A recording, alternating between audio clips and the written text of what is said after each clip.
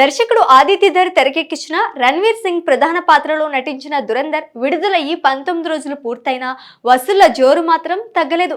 December 23 మంగళవారం కూడా ఈ సినిమా డబుల్ డిజిట్ వసూళ్లను నమోదు చేసింది. ఒక్క రోజులోనే 17.25 కోట్ల నెట్ కలెక్షన్ సాధించి మరోసారి తన స్టామినా ఏంటో నిరూపించింది. దీంతో దేశీయంగా దురంధర్ మొత్తం వసూళ్లు 589.5 కోట్లకు చేరాయి. సోమవారం వసూళ్లు 16.5 కోట్లు రావడం గమనార్హం.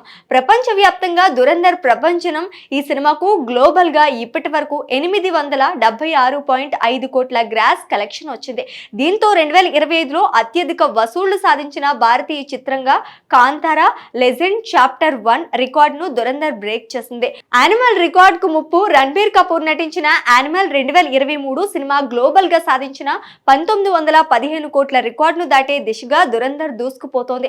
అదే రోజున యానిమల్ వసూళ్లు కేవలం 12.72 కోట్లు మాత్రమే కావటం గమనార్హం. ఈ లెక్కను చూస్తే యానిమల్ రికార్డ్ బ్రేక్ అవడం ఇక సమయ సమస్య మాత్రమేనని ట్రేడ్ వర్గాలు అంటున్నాయి. 600 కోట్ల క్లబ్ లోకి అడుగు దూరం. దేశీయంగా 600 కోట్ల మార్క్ చేసేందుకు దురంధర్ కేవలం అడుగు దూరంలోనే ఉంది. ఆ తర్వాత సల్మాన్ ఖాన్ నటించిన బజరంగి 922.17 కోట్ల గ్లోబల్ కలెక్షన్ రికార్డ్ కు గట్టి పోటీ ఇవ్వనుంది. మొత్తంగా బాక్స్ ఆఫీస్ వద్ద దురంధర్ పేరు ఇప్పుడు ఇండస్ట్రీలో హాట్ టాపిక్ గా మారింది.